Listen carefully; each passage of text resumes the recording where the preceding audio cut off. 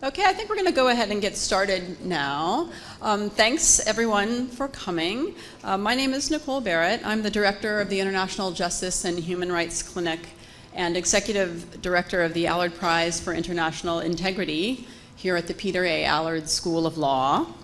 On behalf of the Allard Prize and the Center for Business Law, it's my great pleasure to introduce Ben Wizner, director of the American Civil Liberties Union's Speech, Privacy, and Technology Project. Ben works at the ACLU to protect and expand what are known as the US's First Amendment freedoms, which include freedoms of expression, association, and inquiry, the right to privacy.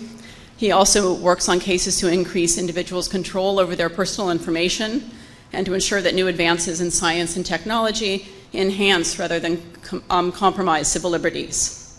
Ben spent the past decade and a half litigating cases involving post-9/11 civil liberties abuses, including challenges to airport security policies, government watch lists, extraordinary rendition, which was the US government-sponsored abduction and extrajudicial transfer of a person from one country to another, usually for torture by proxy, and as well as direct torture by US officials. He regularly appears in the global media, he's testified before the US Congress, and has monitored US military commissions in Guantanamo Bay. Ben is also Edward Snowden's legal advisor, since Snowden leaked classified US information on mass surveillance of US citizens and fled the country. Ben looks familiar, it may be because you saw him in Citizen4, the Academy Award-winning documentary on Edward Snowden that won the Academy Award in 2015. Ben graduated from Harvard and New York University Law School and was law clerk to one of the most liberal judges in the United States, the Honorable Stephen Reinhart of the US Court of Appeals for the Ninth Circuit. I've known Ben for many years, and I'm very glad that he's agreed to come to Vancouver to speak to us about his work, particularly as he received so many requests. The way we'll operate this forum is that Ben will speak for 20 or 25 minutes or so, and then I'll ask Ben the first few questions to get the questioning started, and then I'll open it up to you for your questions. I also wanted to extend thanks to Kiara Woods at the Center for Business Law, and Lisa Dam, and Shireen Kiamanesh, and Michelle Birchall for helping make this event happen. Okay, now over to you, Ben. Thanks a lot.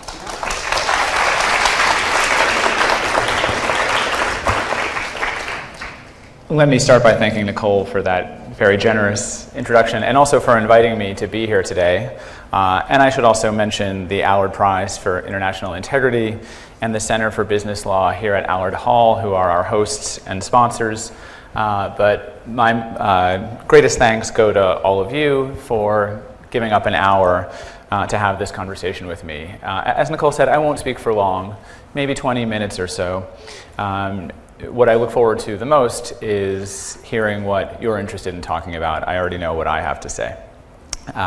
I will necessarily be speaking from a US perspective. The American Civil Liberties Union is not an international human rights organization. It is a domestic civil liberties organization. Necessarily the work has a global dimension when the country you're operating in has a footprint like the United States.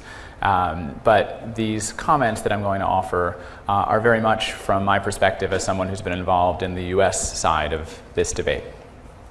So in June of last year, in 2015, 2 years after Edward Snowden's disclosures to the Guardian newspaper and other news organizations launched an extraordinary global debate about mass surveillance and democracy. The former director of the NSA and the CIA in the US, a man named Michael Hayden, addressed a gathering of corporate leaders. And in his remarks to those leaders, he was casually dismissive of the surveillance reforms that we've achieved in the United States since Snowden, insisting that had he been told 2 years earlier when the stories first began to break, that the result of the debate would have been, in his words, the NSA's loss of one little telephone metadata program, his response would have been, cool. Now, Hayden is a master propagandist, and in his remarks he hoped to convey that Edward Snowden's act of conscience had been in vain, that others would be foolish to follow his example, and that the movement for reform, that is us, had been a flop. Yet while I think Hayden is a uniquely cynical public figure, he's not alone in making the argument that for all of the political drama of the Snowden disclosures, very little has changed. Is this correct? I think it isn't correct. Now, to be sure, effective oversight of secret intelligence agencies is a persistent challenge in any democracy, one that neither Snowden nor anyone else will ever be able to solve. At most, we can strengthen those institutions in society that serve as counterweights to the authorities and capabilities of our security states. Now, in most democracies, those institutions are the courts, the legislatures or parliaments, and an independent media. In the US, the Snowden revelations have demonstrably empowered each of those institutions, as well as an unlikely, I think, fourth source of intelligence oversight, which I'll talk about last. And I think I can illustrate the empowering and strengthening of these institutions through a few before and after snapshots. So let's start with the courts, who are set up in most of our systems to be a check on executive overreach. Now, in March of 2013, just 3 months before the first Snowden revelations, the United States Supreme Court, in a case called Amnesty International versus James Clapper, dismissed a constitutional challenge brought by my organization, the ACLU, to an NSA surveillance program. Now, it did so in a 5-4 vote without even considering the legality or constitutionality of the program. Instead, it held that the plaintiffs had no right to be in court in the first place because we, couldn't establish that we ourselves, they themselves, had been targeted by the challenged surveillance program, nor could we use the litigation to answer that question because the answer was a state secret. And the result was that neither these plaintiffs who were bringing the challenge, nor really any other plaintiffs, could establish the requisite standing to obtain a judicial determination of the legality of the NSA's conduct. This is the sort of catch-22 bait and switch that the US security state has been using for decades to keep its activities beyond the reach of judicial review. This happened to virtually every surveillance challenge that we brought before 9/11 and after 9/11 up until the Snowden revelations. And it wasn't just surveillance challenges. Nicole mentioned that I litigated, or I should say attempted to litigate, a number of cases in US courts in which we tried to hold government officials accountable for having tortured prisoners, something that every one of our governments recognizes is a war crime and illegal in all circumstances. Every single case that we brought and that anyone else brought on behalf of a torture victim in US courts was thrown out without any adjudication of either the law or the facts. We were told that the subject matter was a state secret. We were told that the defendants had a kind of immunity, but in no instance did the courts do what courts are supposed to do, which is to say what the law is, to determine whether the executive branch had violated the law. So this was the state of judicial review over intelligence programs before Edward Snowden came along. So on the 6th of June, 2013, The Guardian published the first Snowden story. And with that story, it published a previously secret order from the United States Foreign Intelligence Surveillance Court directing a US company called Verizon Business Records to turn over, on a daily basis, all of the telephone metadata of all of its US customers to be stored in an NSA database for 5 years. Now, one of those customers happened to be the American Civil Liberties Union, which within a week had challenged the legality and constitutionality of that order in a federal court. Now, a month later, I had my first interaction with Edward Snowden in July of 2013. One of the first questions that he asked me was, "Do you have standing now?" Meaning, had he, by releasing this document, given us a ticket to federal court? Well, we found out 2 years later.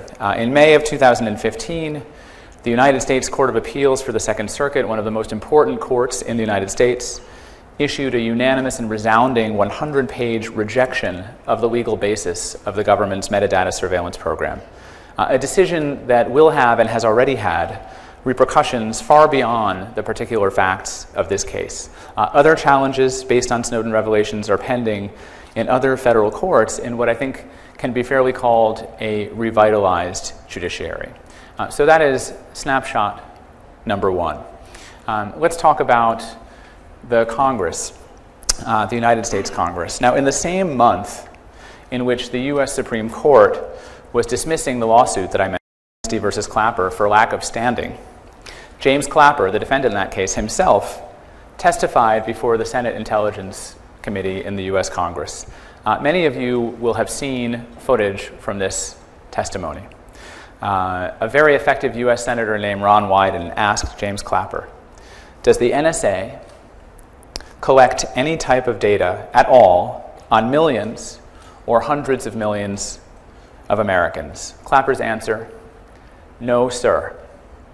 Follow-up question, it does not? Answer, not wittingly, no. Now, a more accurate answer would have been yes. This testimony has been described in most quarters as Clapper lying to Congress. I think that's not quite right. Senator Wyden and the other members of the committee knew that Clapper's testimony was false. The only people who didn't know that it was false were the rest of us. It was a lie to the public, not a lie to Congress. And I think that it needs to be understood not just as a failure of honesty on the part of the executive branch, but as a failure of oversight on the part of the legislative branch, because the testimony was never corrected. And in fact, this is really a window into how routinely in the US, the security state defies congressional oversight. For one thing, even members of Congress who object to the activities of the security state can feel powerless to say so publicly. Senator Wyden didn't believe that he could correct that testimony in open session without losing his seat on the Intelligence Committee or losing the security clearance that he needs in order to be an effective overseer.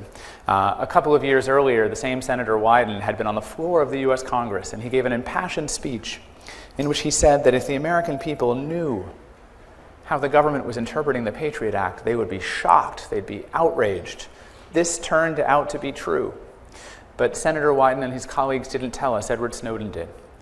It took that act of courage to get around this institutional roadblock. You know, I think another reason why members of Congress are not more aggressive in their oversight is fear.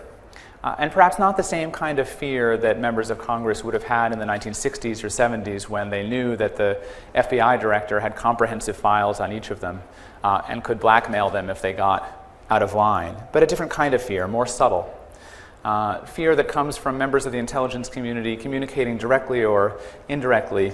If you don't give us the authority that we want, if you don't give us the budget that we want, we're going to blame you if there's a terrorist attack. This is something that I have heard over and over when I've spoken to members of Congress and their staff. It is very difficult to vote against an intelligence community that has the power and reach of the US intelligence community. And the intelligence community has gotten very, very adept at cajoling members of Congress to do its bidding. Keith Alexander, who was the longtime head of the NSA and was the head of the NSA when the Snowden story broke, actually had Hollywood set designers build his headquarters. He called it the Information Dominance Center. And when people came in, the doors would open with the same kind of whoosh. He would put members of Congress into a captain's chair and show them the incredible data displays that he could pull off, both essentially showing them how much he likely knew, but also saying, give me the budget that I need, give me the authority that I need, or it will be on you if something catastrophic happens. So again, this was the state of congressional oversight in May of 2013 when Edward Snowden got on a plane from Honolulu to Hong Kong. So let's fast forward again 2 more years. In May of 2015, key provisions of the Patriot Act, which had authorized some of the NSA's mass surveillance programs, were set to expire. The structure of the Patriot Act is that its provisions have sunset clauses. So every 4 years, they sunset or expire unless they're reauthorized. Now, every previous time, the reauthorization had been pro forma. There had been very little debate. Organizations like mine shouted as loudly as possible from the rooftops, but no one paid much attention, and the reauthorization passed very quickly. This time, as the Patriot Act provisions were set to expire, the intelligence community went back to the playbook that it had always used so successfully. Again, this will be, if there's a terrorist attack, it'll be your fault. We're hearing lots of chatter. We're living in a very dangerous time. But a bipartisan coalition in Congress called their bluff, and those provisions were allowed to expire. A couple of days later, Congress passed the first significant surveillance reform since 1978. For the first time since the 1970s, Congress acted to restrict rather than expand the surveillance authority of the intelligence community in a law, called the USA Freedom Act. And the point here is not that USA Freedom Act resolves the challenges posed by mass surveillance. It surely doesn't. Actually, my organization put out a kind of funny, contradictory statement about it. Something along the lines of, this awful bill is the most important thing in a generation, right? No, but rather that the passage of this law represents a genuine reinvigoration of legislative oversight that would have been inconceivable before the Snowden era. I mentioned the media, the free press, which I think is a critical bulwark against secret government, perhaps as critical as courts and parliaments. So let's go back before Snowden to a famous and regrettable incident in the US media.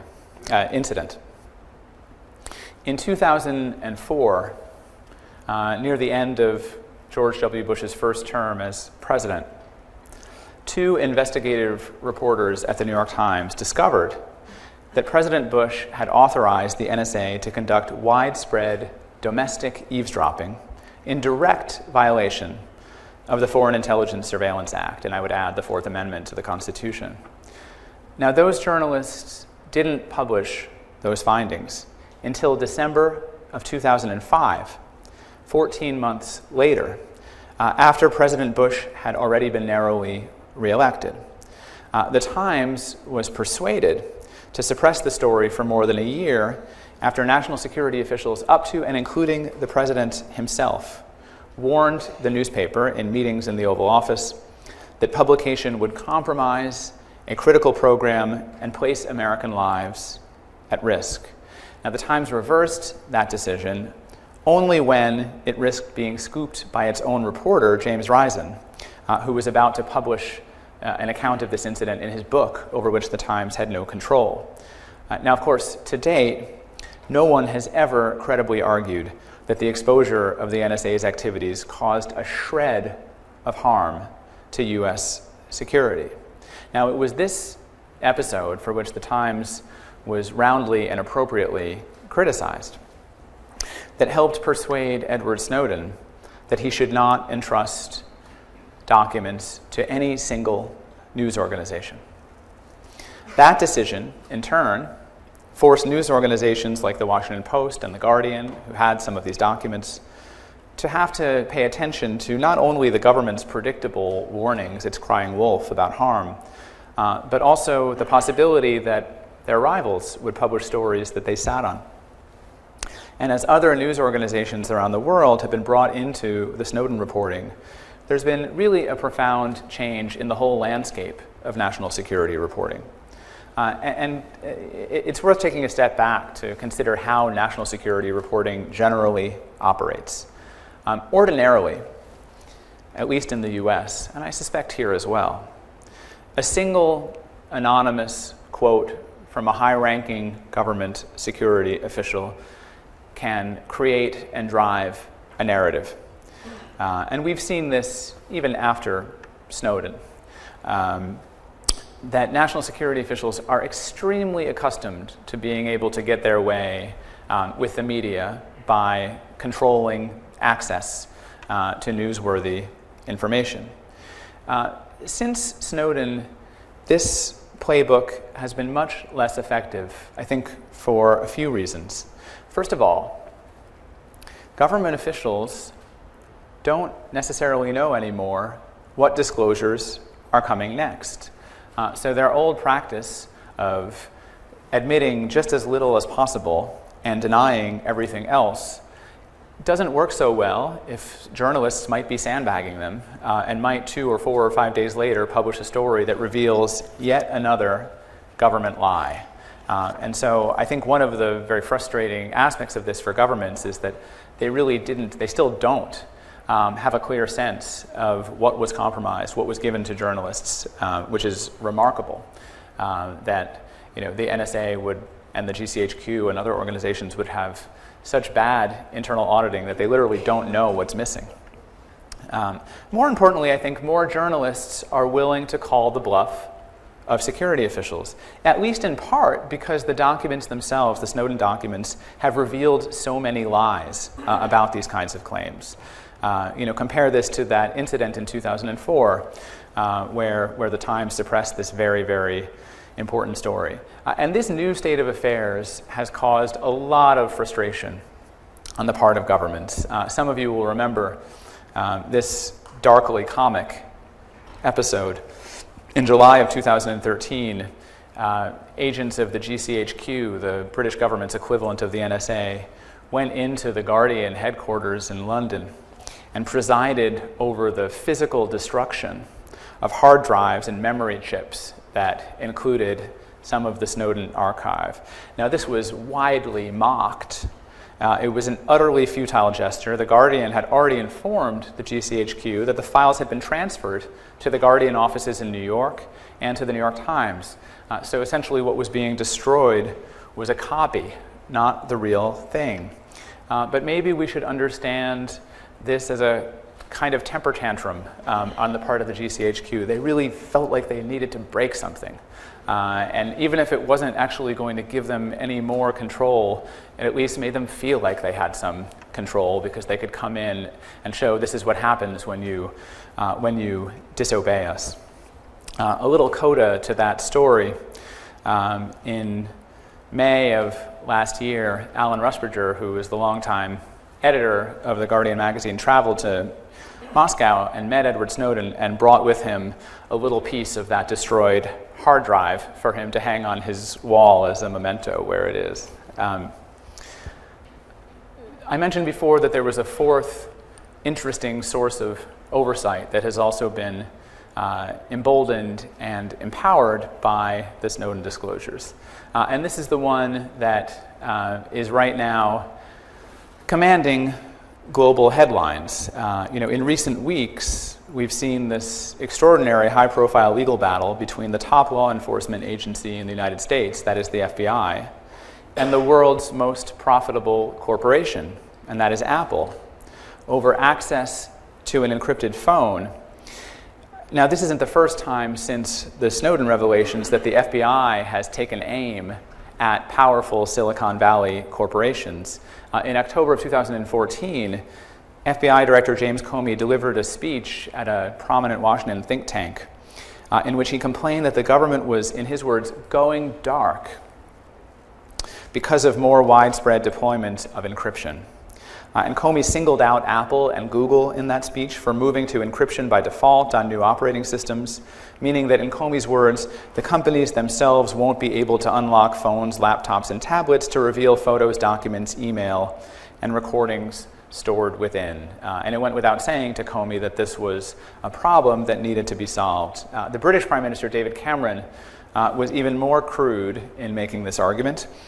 He asked, the question remains, are we going to allow a means of communications where it simply is not possible for us to intercept? My answer to that question is no, we must not. So this emergent public adversity between law enforcement and intelligence agencies on one side and powerful technology companies on the other may, over time, represent the most effective institutional constraint on government surveillance overreach. It's possible, as many people have suggested, that the technology companies are principally concerned about their global business and can't afford to be seen as conscripted pawns of the US security state. There's certainly some of that. But I also believe that these companies were genuinely shocked by at least some of the Snowden disclosures. They learned that even as the US government was knocking on their front doors with court orders under programs like PRISM, it was secretly breaking into their back doors to siphon off billions of customer communications. For example, a program called Muscular involved the NSA secretly breaking into the main communications links that connect Yahoo and Google data centers around the world. The NSA had identified one weak point where encryption was added and removed and had succeeded in exploiting that weakness on a mass scale. Now, those companies have since closed those loopholes and strengthened their use of encryption across all of their platforms. But in the course of reporting that story, the Washington Post journalist Bart Gellman showed these NSA slides to security engineers at Google. It actually had been doodled on by people at the NSA with smiley faces pointing at the places where communications passed without encryption. And according to the Washington Post article, these security engineers responded with a loud expletive when they saw this slide. And so I said to Bart Gellman, can you tell me what that expletive was? I'm just curious. And he said, well, the first word was mother, and the second word was not. So I do think that these companies, in addition to being concerned about their image worldwide, did find out just how far the NSA and other Western spy agencies of democratic governments were willing to go to exploit vulnerabilities to facilitate mass surveillance programs. So whatever the motives of the Apples and the Googles and the Yahoos of the world, and it's likely that, like us, they have multiple motives for their actions. The growing willingness of powerful corporations to push back against the demands of the security state, and the more widespread deployment by these corporations of end-to-end encryption constitutes, I think, a new bulwark against the dangers of aggregated executive powers. And let me just add another point here, because someone like me doesn't expect to grow up to be standing shoulder to shoulder with the world's most powerful and wealthy corporations. That wasn't who I thought I was going to be in law school. And what's important is not that Apple and Google are always right and our security agencies are always wrong. It's very likely that there are going to be times when we're going to need to call on government to protect us from the misbehavior of these gigantic corporations and the way that they abuse us as consumers. What's interesting is that Snowden has helped to push them into adverse corners, to make them a check and balance against each other, rather than for them to be cooperating secretly, I think is bad for liberty and bad for rights. So I'm just going to close with one irony, and then I look forward to the conversation. And that irony is that in the US, it required a dramatic act of law breaking in order to reinvigorate democratic oversight. That these models that we create, and it's important to create good models, and I know that many countries, including Canada, are considering what kind of model of surveillance oversight, of intelligence oversight should be set up, that the models are not self-perpetuating. That democracy isn't something that we get to just inherit and spend. It's something that we have to conserve and something that we're going to have to fight for all the time. And it's very likely that whatever reforms we achieve during this window that Snowden has created, and we're not finished, are going to have to be fought for again and defended again in 10 years or 15 or 20, and we may need another act of law breaking to do it. That doesn't represent a failure of the system. That's what democracy has always been. So thanks so much for listening, and I look forward to an interesting exchange.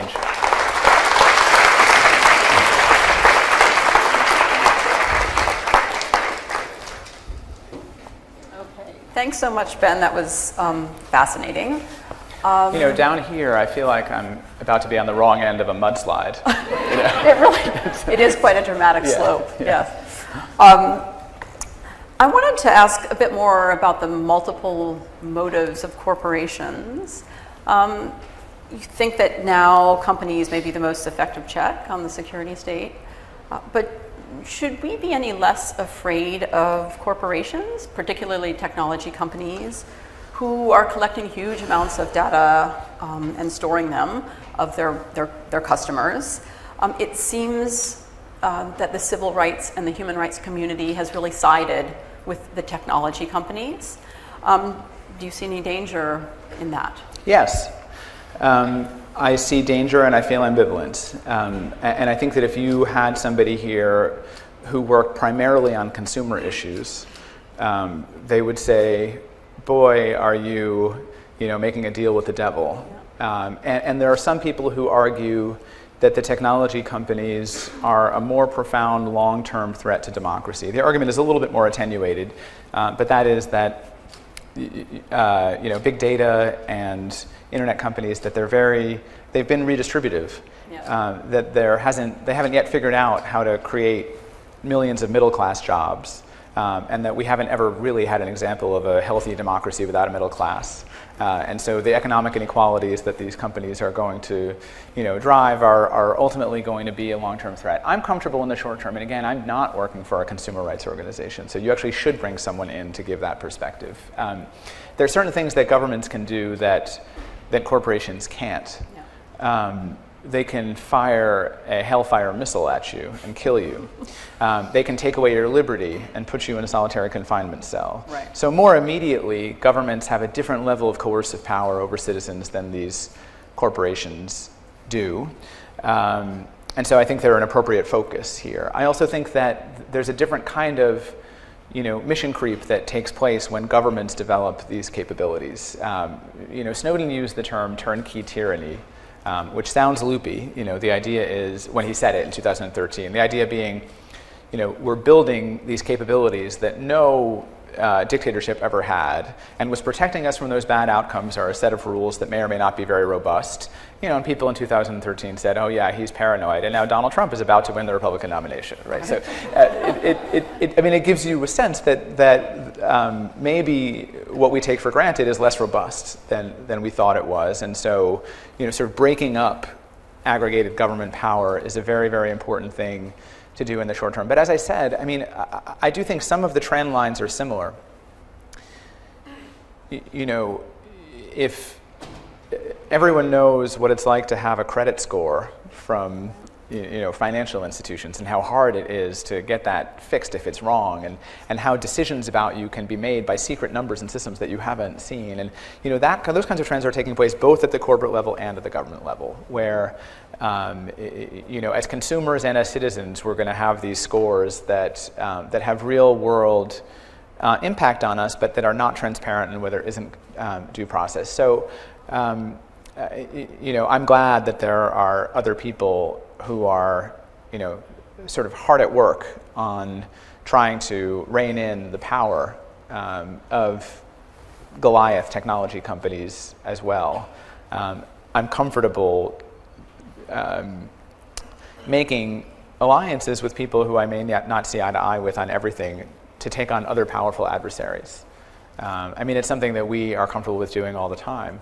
We wouldn't have had legislative reform in the US if we didn't have an alliance of liberals and right-wing libertarians who were worried about government surveillance, perhaps for different reasons. Yeah.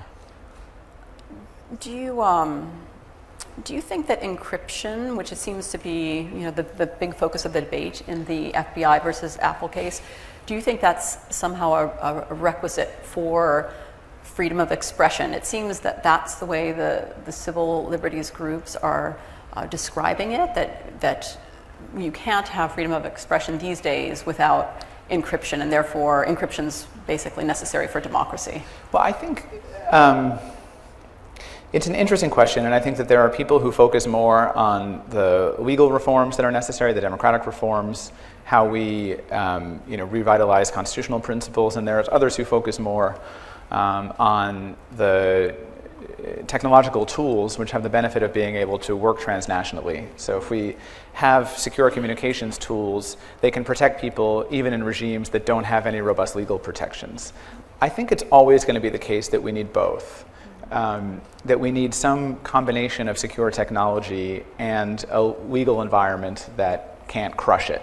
And that's sort of what's going on with this Apple v. FBI case, is that these value systems are really kind of coming into collision in an interesting way. I guess what I will say is that one of the reasons why I think this fight is so consequential is because of the global dimension. I think democracy will survive in the United States if the FBI beats Apple. I don't think that freedom of expression will be eviscerated because our phones have encryption technology that's not as good as it could be. On the other hand, I think it's critically important in other regimes, in Egypt, in China, in Belarus, around the world, for people to have means of being able to communicate with each other, for journalists to communicate with sources without being crushed by coercive state power. And what I worry about it is if the FBI creates a legal backdoor. By legal backdoor, I mean if they get a court to say that Apple actually has to re-engineer its products to ensure lawful intercept capability, to ensure that with a warrant the government can get in. These companies have to follow the laws more or less in whatever country they're in. And so if Apple can deliver that result to the FBI, it can deliver that result to the Egyptian military, and it can deliver that result in Bahrain, and it can deliver that result in China, and it will, because those countries are, of course, waiting to see how this plays out, to see what kinds of demands they can put. I mean, you already see in Brazil, I think they temporarily arrested a Facebook WhatsApp executive because they couldn't turn over unencrypted data from a communication because of the encryption that they're using. So there's a lot of anxiety about this issue around the world. But yeah, I mean, I think that in the long run, the ability to have secure and confidential communication is critical to democracy. I just don't want to necessarily, in the U.S. context, be alarmist about this particular debate. Yeah. I would say also that the UN High Commissioner for Human Rights agrees with you, exactly your point about being worried about other regimes. Yeah. He, in one of the letters supporting the Apple's position, has said that siding with the FBI would be a gift to authoritarian regimes. It's a very interesting normative question, right? Because there are real values on both sides here. It's not that one side is idiotic and stupid and the other side is brilliant and correct, right? So, there is a value to law enforcement being able to get access with a warrant, right? So we are losing something if they can't do that, right? We do want to assist lawful investigations. Here, the cost is too high. And so we actually have to say, what's more important? People around the world being able to, resist these regimes, or the FBI losing one tool out of 5,000 that it has for doing surveillance, right? I mean, that the idea that they would talk about going dark when, the better term would be going bright, because there's hundreds of sources of, digital evidence that never existed in human history before, and now they have all of it. But they're so used to getting whatever they want that when they hit one roadblock, they make a federal case out of it. I'll ask one more question and then I'll open it up to the floor. What do you think the best outcome for Edward Snowden could be, since he's admitted to violating the U.S. Espionage Act, which means he would probably go to prison for the rest of his life? And what's the likelihood of that outcome?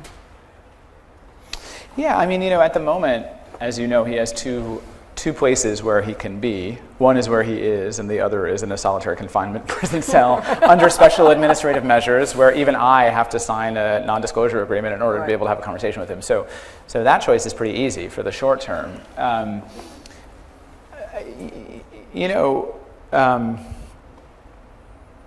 think history is very kind to people like Snowden, and much less kind to the kinds of claims of national security that are made against people like Snowden. So, in 2013, when we heard national security officials talking about the kind of grave harms to the country that would come from this, you could say that has some plausibility or it doesn't. I mean, someone like me would be very suspicious of it because it was exactly the same words that are used all the time, the same words that were used about Daniel Ellsberg's disclosures 40 years earlier. But in 2016, when the government has had every incentive and opportunity to show real harm rather than to just, bray about speculative harm, I think it's clear. I mean, we know what the benefits of the disclosures have been in the US, that we had once in a generation congressional and judicial reform. We've seen the journalists win the highest public service prizes around the world, not yet fully in the United States. Snowden is really revered as the kind of person who would be shortlisted for the Nobel Peace Prize, as he was just 2 years ago. So I think I know, how this will end for him. I just don't know how long it's going to take. One thing I've said before is, Daniel Ellsberg equals Snowden plus X, where X is the variable. I hope it doesn't take 40 years before he's recognized in the US the way Ellsberg is. I mean, remember, Daniel Ellsberg, who leaked the Pentagon Papers to the New York Times and others, was one of the most reviled people in the United States in 1971. The Nixon administration accused him of having delivered a copy to the Soviet embassy. He really was considered a traitor. He would have gone to prison for life if the Nixon administration hadn't been such a crude and vulgar adversary. Had they not, during his trial, offered the judge the job as FBI director. Right. So the judge said, "Not only do I not want the job, but this case is dismissed." Right. So otherwise, Ellsberg would have served a long prison sentence for that. So I don't know how long it will take. I'll say, we've hit all these markers that I wouldn't have thought we could in 2013. I mean, in the last year, the European Parliament, a majority of the European Parliament voted to call on all of its member states not to extradite Edward Snowden if he showed up there. Now, that's not good enough. They still could. Right. Sure, it's not legally binding. It's a decision that's made at the national level, not at the European Parliament level. But nonetheless, it's pretty remarkable that occurred, 2.5 years after this. And I think it is a sign of where things are going. Already, I suspect that as much as the U.S. would like Edward Snowden to plead guilty to felonies and come back and serve some prison time, they're not going to go out of their way to go and grab him and put him on trial, because it would be a disaster for U.S. soft power to actually go through that exercise. I imagine that most of the people in this room would not think better of the U.S. if it prosecuted Edward Snowden for espionage and put him in prison for decades. Certainly in most of the rooms that I've been in the last 2 years, that's been the sentiment. Maybe this is different. But so, I don't know. I mean, already I think things have progressed in a way that would have been beyond my optimistic predictions for how long things would take in 2013. Look, I think the right outcome is a pardon from a U.S. president. Pardon isn't for people who didn't break the law, it's for people who did. There's no question he broke the law, right? But he did so in extraordinary circumstances. He did so in a responsible way, and I think the results speak for themselves. Even the president has said that the debate has made us stronger as a country. And given the extremely lenient treatment that is given to high-level government officials who have leaked classified information, not for the public interest, but to aid their mistress's hagiographic biography of them, like David Petraeus, I think there's room for Snowden to, have a good outcome. Whether the politics are there in the U.S. is very hard to say, and how long that might take. Has the concept of civil disobedience been helpful at all? Sort of an idea that you have an obligation to break laws that are unjust, or does that not work so well in this context? I mean, I think it fits. I think that the sort of shallow civil disobedience critique is you're supposed to take the punishment, which is one thing if it's 32 days in the Birmingham jail, and another thing if it's 32 years in Supermax in Florence, Colorado.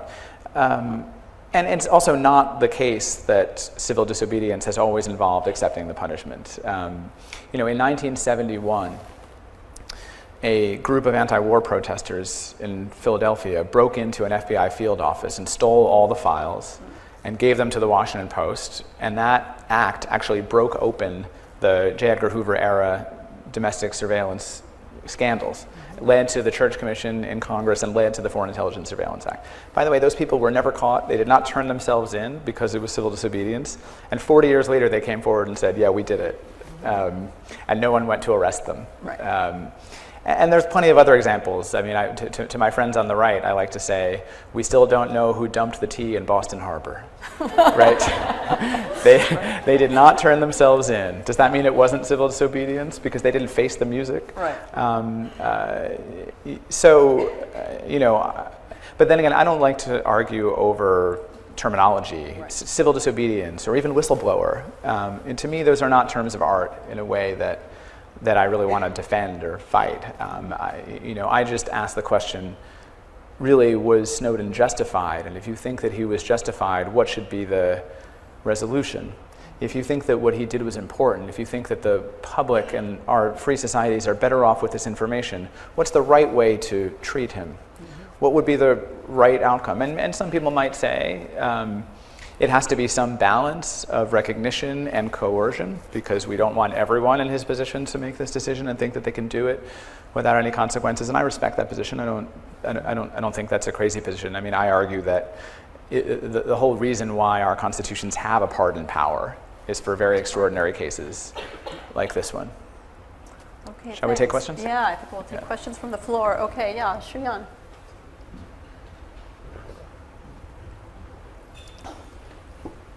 Hi, thank you for your speech. I really enjoyed it. And I have actually two questions for you. So you mentioned that public surveillance result should be made public. But then to what extent do you expect that to be made public? Sorry, can you ask that again? For example, you're claiming that the journalists should have access to information. So you want this information to be made public, but then to what extent? Everything should be made public? Yeah, okay. That's a fair question. Do you want me to answer this one first, or do you want to ask the second one first? I think your first question is, do I think that governments can legitimately keep anything secret? I'll turn it around, and if so, what? But, yeah. It's okay. To what extent? Yeah. And the second one is more might sound stupid, but very fundamental to me. It's on the one side, it's protection of public safety, so national security, fight against terrorism. So everyone wants his life to be protected by a government. On the other hand, is invasion of privacy. So your government, U.S. government's doing a lot to invade private privacy and sacrifice it. But then, what is the boundary of it? Sacrifice of efficiency of fighting terrorism. So let me start with legitimate secrecy. I think that there is some information that government has the obligation to keep secret, where it's not just legitimate but imperative that government not share this information. So, for example, if we are working around the world in various countries and we have people in those countries who are secretly providing us assistance, if we reveal their identities, it would result in them probably being killed in their countries. So the identities of confidential sources for intelligence and law enforcement, or in general, the identity of undercover agents is something that's very, very important.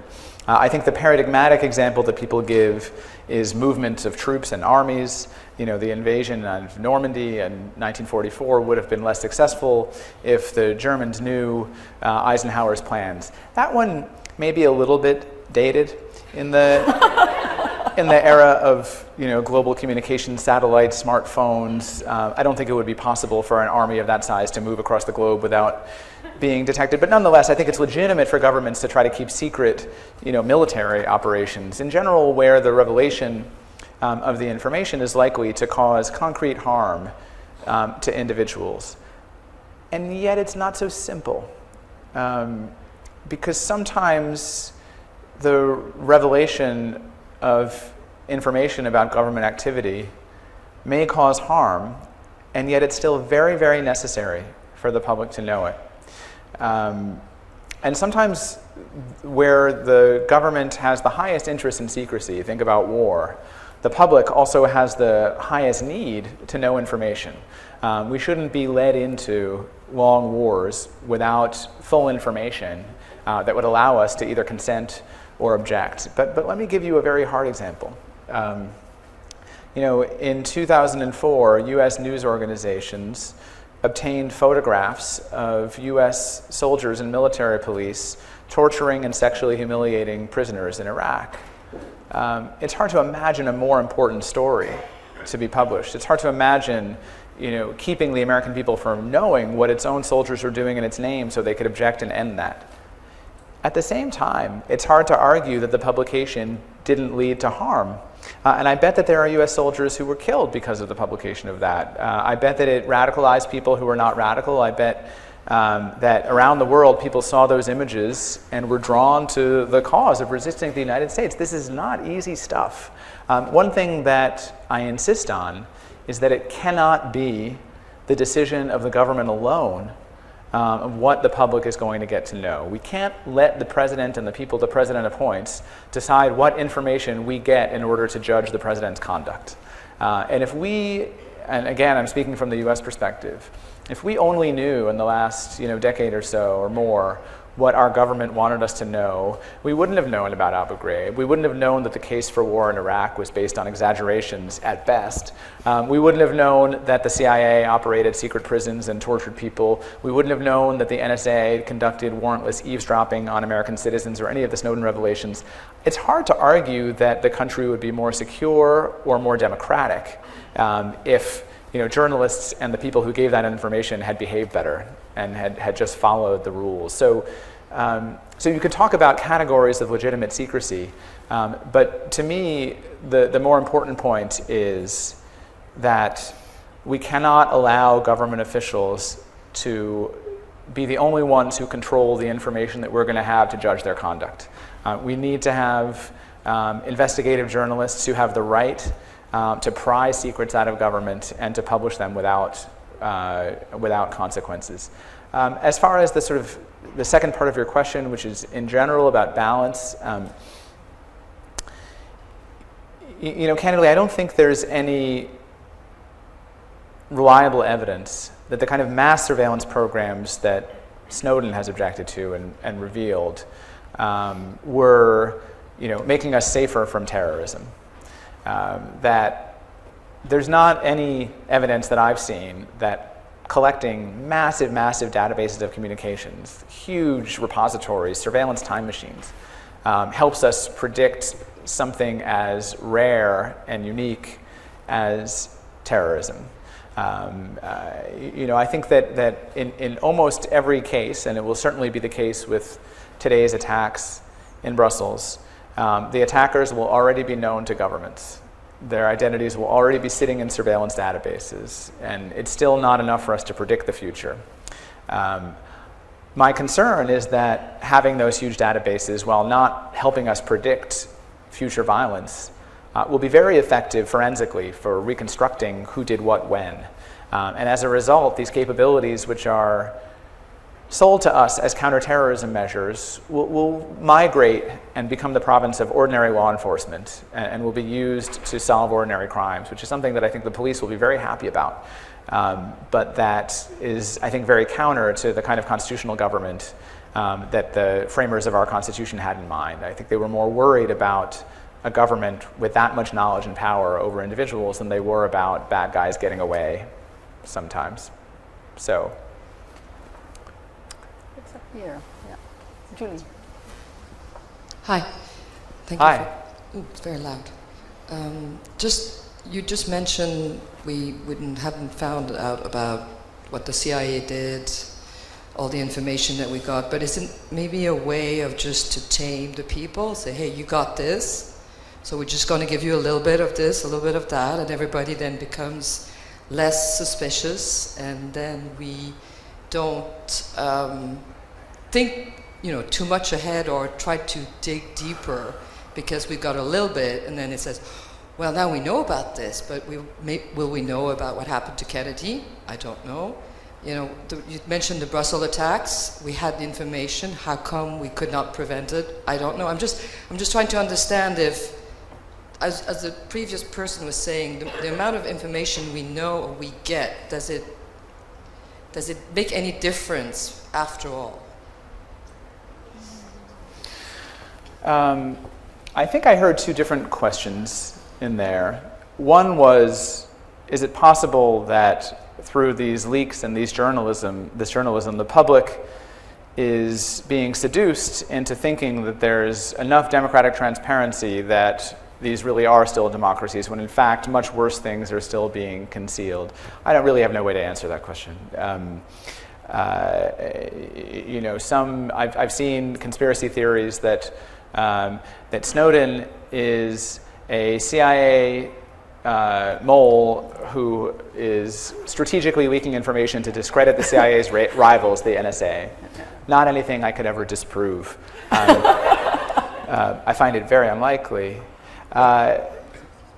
So there will always be secrets that are not disclosed or revealed until much too late for us to be able to do something meaningful about it. And the CIA still classifies things that happened in the 1940s and 50s and 60s, right? We had a funny case when I worked for the ACLU in California, where we were trying to get John Lennon's FBI file, and there were still records from the early 1960s that remained classified, right? That's maybe not a serious version of your point. Look, I think we just have to do the best we can. We have to get as much information as we can. I think that there are still a number of journalists who are able to bring out very important and significant information. There's still a lot of people in government, not all of them high-profile whistleblowers like Snowden, who for various reasons are still willing to share information about programs. But I think that's the best answer I can give to your question. Yeah. Okay, yeah, right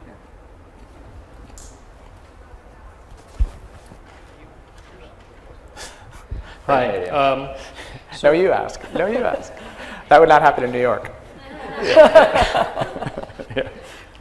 So you focus a lot on what government kind of knows about us, the metadata program, stuff like that. But I wanted to ask a question about what we know about government, and as kind of the flip side of that, and the tools that we have to kind of learn what they're doing. Like the Freedom of Information request was like a big leap forward. But now it seems we live in an era where, for example, here in BC, which you wouldn't know about, there's this kind of scandal going on where the government's deleting all of its communications, so that when you do an FOI request, there's nothing to be received. And I understand that in the United States, Hillary Clinton was like privatizing her email communications in a way to try to subvert these sort of processes. So I was just wondering if you could comment about that. Yeah, it's a very astute point.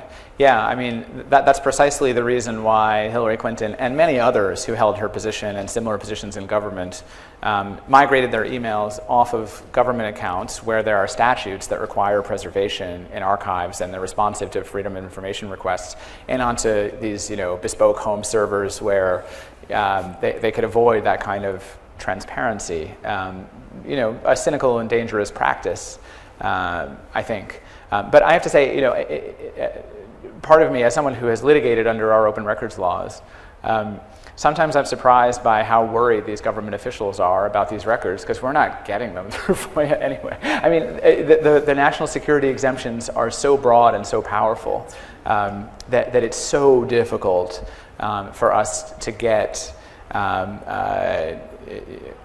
real secret information using these lawful processes. And we've had a lot more success through leaks and through kind of journalists getting them. I mean, one exception to that is, sometimes there are inter-bureaucratic rivalries that can help us push out information. And so, we litigated for many years in the US a FOIA lawsuit to get information about US interrogation practices, torture. And I would have thought that we would have gotten very little, but it turned out that the FBI was very eager for us to see that they had objected to it all along and had no role. And to show, actually, it was those guys who did it. So we had FBI reports about what FBI agents saw when they went to Guantanamo and how they were yelling at the Department of Defense and CIA officials, stop doing that. for their own reasons. Again, so that was kind of unexpected. But yeah, I think that's a trend. And I also think at the same time that if we were in a room full of government officials who have gotten used to being able to protect secrecy, they're probably having conversations about whether they can safely protect any secret going forward, and whether when Daniel Ellsberg delivered the Pentagon Papers to the New York Times, it required him to basically set up a safe house with big copy machines and have teams of people Xeroxing these 7,000 pages. Chelsea Manning could put on headphones and listen to Lady Gaga and then put a CD-ROM into a drive. And who knows with Snowden whether it was one thumb drive or two to change the world. So I think that the technology has empowered kind of both sides of the secrecy, transparency fight. It's possible for one individual in government with public interest motives to undo a lot of work that's done to conceal. Hello? Okay. So I'm probably here for a different reason than most of the people. I was visiting with a prominent civil liberties attorney here in town, and he recommended I come here after I told him the lawsuit I want to file. So of all the programs, I'll give a little bit of background for everybody else if they're not that familiar. So of all the mass surveillance programs, there's one program called JTRIG, or Joint Threat Research Intelligence Group. Are you familiar with that one? Go ahead. Okay. So that group is it's a secret unit inside of GCHQ. And it's an offensive cyber program where they attack businesses and they destroy them. They destroy people's credibilities. They frame them for crimes. They attack dissidents, activists. And so it's complete violation of the Canadian Charter and people's constitutional rights. The documents that Snowden released were published by Glenn Greenwald and also NBC News. And so the reason that documents were important to me is I have all of the other evidence that I've been targeted by JTRIG for years, and very, very granular evidence. And the one thing I didn't have was that it was JTRIG. So including all my communication goes through the UK Ministry of Defence for my phone and everything else, and cyber attacks. So my evidence also connects it directly to the BPD and to the RCMP. And without telling you a lot of the backstory, it also involves the American government. So what I'm wondering is after I file my lawsuit, and I intend to do so in the US, how does the ACLU, I think this is more appropriately something for us to discuss not in front of a room full of people, but maybe privately afterwards. Yeah. Okay, over there, right behind. Thank you so much. My question is in a completely different vein, and I'm wondering if you personally yourself own a cell phone, a smartphone, or a laptop, and if so, what encryption software do you use? I don't know if you can see my sticker here that says "Get a warrant." The ACLU actually made these stickers, and then a year later, the Supreme Court, in a decision called Riley versus California, held unanimously that when police arrest you and they want to search your phone, they have to get a separate warrant to search the phone. So now these describe the law before they called for a legal change. This is an iPhone, everybody. Yeah, or as we like to call it, the little policeman in your pocket. It's pretty hard to opt out of technology. It's possible to do, but it wouldn't really be, I would be tying my hands and legs together if I couldn't use modern technology and try to do this job. One thing that I can recommend for those of you who have either an iPhone or an Android is if you go to the App Store, there's a free app called Signal. You can download it for free. It will identify the other people in your contacts who also have Signal. And you can, for free, send texts and have phone calls that are end-to-end encrypted and that are not wiretappable or surveillable by governments. There's no company that's holding this communication in an unencrypted form. It's a very, very simple way that there's really no reason why you should be sending texts on something other than this when it's easy enough to do it. So again, it's called Signal. It's been publicly praised by the world's leading security researchers and technologists, including Snowden. It's open source, so people can see how it works. Email, I do have laptops. Encrypted email is hard to do. I guess I should say all email, is encrypted in some way. If you have Gmail and you send me an email to my Gmail account, right, or others, it's encrypted in transit. If a hacker managed to intercept the communication, they wouldn't be able to read it.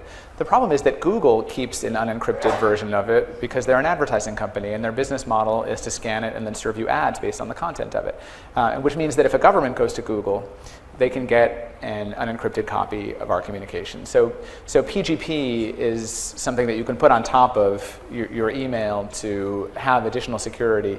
It's clunky and hard to use, and it also requires everybody in the communication to be able to use it. So that's why I think that encrypted text might be a better bet. And it's not just Signal. I mean, if you use FaceTime between Apple phones, that's end-to-end encrypted. If the police, and you can use FaceTime just for a phone call. You don't have to use it for a video call. There's no way to wiretap a FaceTime call. Again, it doesn't mean that an organization like the NSA can't get it to it some way. They could hack into your phone and hear what you hear, but it would require a lot more effort and a lot more risk on their part. So I should have prefaced all of this by saying I am not a technologist. And so I have the benefit of working with them and being advised by people. So all of the expert advice that I'm giving you is secondhand. It's from people who I know and trust who have told me to communicate in this way. Okay, let's see. Here, how about up here? Thank you. I was just wondering, in 2013, what protections might Snowden have had under US law as a whistleblower? Why might those have been insufficient, and have those changed at all since? Yes, I mean, this is why I have some difficulty with terms like whistleblower, because when you think about whistleblower, you picture someone who has stumbled upon something that is unquestionably illegal, that if only his superiors or Congress knew about, they would say, how could this be happening, right? The problem is that what Snowden stumbled upon was a comprehensive surveillance system that had been approved by all three branches of government, right? So you picture him calling the Senate Intelligence Committee and saying, I'm a 29-year-old contractor and I'm calling to tell you about programs that you approved in secret. It doesn't even make sense. Now, having said that, he did try to raise concerns in his chain of command, but of course his chain of command goes up to the head of the NSA and the president, who had approved these programs. I mean, what was missing was the public. There wasn't anybody in government who was going to look at this and say, oh, that's wrong and let's fix it, because they had had a chance to see it and hadn't done that already. And what's very interesting is that as soon as the public was brought into the debate, well, take a step back. In June of 2013, when the disclosures started to tumble out in the Washington Post and the Guardian, President Obama, very truthfully said to the American public, hey, don't get so upset. All three branches of government have approved these programs. And of course, that was the problem. And as soon as the public was brought into the conversation, all three branches of government reversed course. The president said some of these programs are unnecessary and we can scale them back and this debate is good for the country. The courts, for the first time, were willing to hear open challenges and give standing and actually do their jobs. And Congress had the first real debates in decades about it. And all that happened because the public was brought into the conversation. So Snowden didn't have anywhere to go in government. Having said that, he still had choices. He could have published the material himself.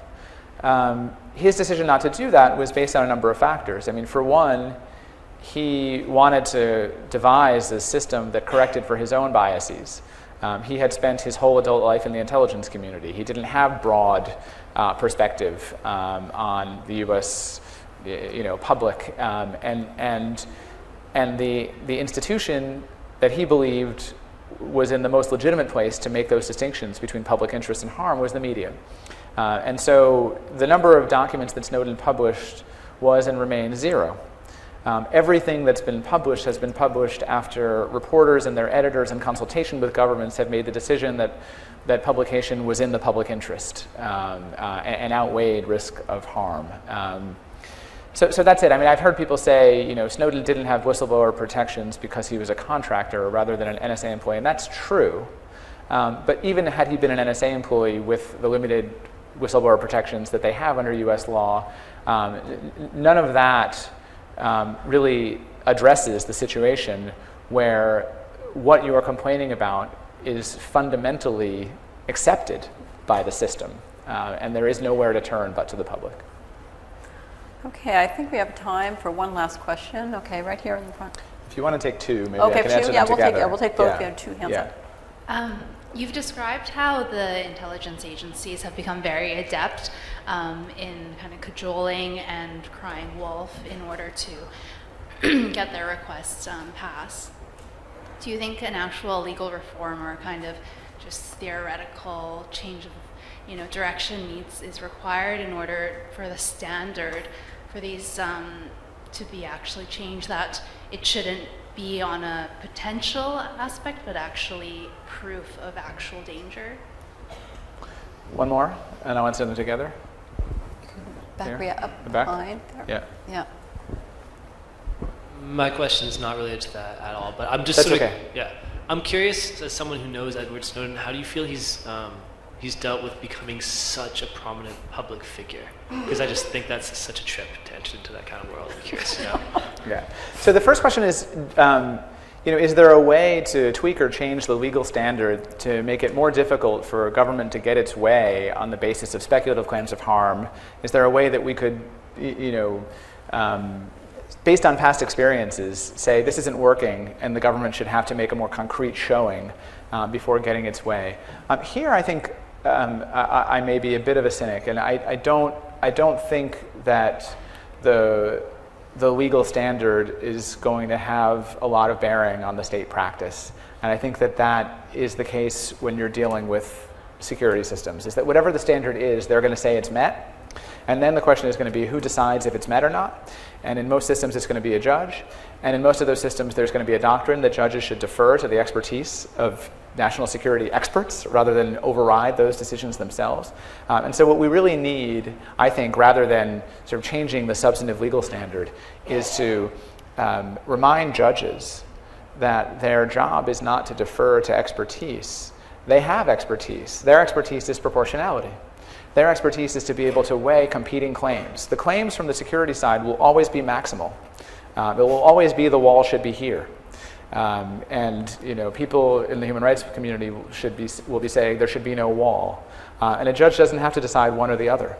A judge has all the space in between in which to operate. And I think the problem, at least in our system, is that claims of national security are treated as absolute. Not as something that should be subjected to proportionality. So that's it doesn't mean that you shouldn't work to have better standards, and I hope that's not your takeaway, and it could work differently in different regimes. My view is that whatever the words say, some combination of exaggeration and secrecy will allow the security officials to say that the standard has been met. And so the real important question is what happens next? How much scrutiny will that get, and from whom? How has Snowden dealt with it? I can't imagine what it's like to be him. This is someone who is completely unknown to the world, and now there's a gold bust of his head in Vienna, right? So for no reason, right? I think his preference would have been for him to come forward to give this information to the journalists, and then for him to really walk away into obscurity. He wasn't being grandiose when he signed one of his early emails to Glenn Greenwald or Laura Poitras, Cincinnatus, the Roman general who went back to the farm. That really is what he would like to do. And in fact, he didn't give a single news media interview for the first 6 months after he left Hong Kong, and only began to emerge as more of a public figure because some of us persuaded him that the reform movement would benefit very much from his iconic presence, and that he was actually the only person in the world who could command a large audience to talk about abstract issues of surveillance and democracy. And so, if he felt called to provide the information, that calling should extend to be a global messenger because he's such a good one and so effective. I don't think he'll ever live a normal life again. I don't think at this point it would really matter what country he lived in. He still wouldn't want people to know where he lived because he doesn't want to spend his days surrounded by people taking pictures of him or even people coming over to say thank you, which would be embarrassing and intrusive for him. So, having said that, of all the possible outcomes that seemed likely at the time he did it, the one that he's living through now has to be counted as the best. We say he's playing with house money right now. He expected that he would be in prison or worse, and the fact that he's able to participate in this global debate, that a few times a week by video conference he can appear somewhere in the world and give a live talk. He'll be in Vancouver in the first week of April giving a talk over at Simon Fraser, is really quite remarkable. And so, on balance, his life is really rich.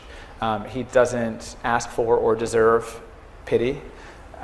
He made the choice that he felt he needed to make. And how many of us can say that? All right, I think that's all the time that we have. So please join me in thanking Ben for a really fascinating discussion.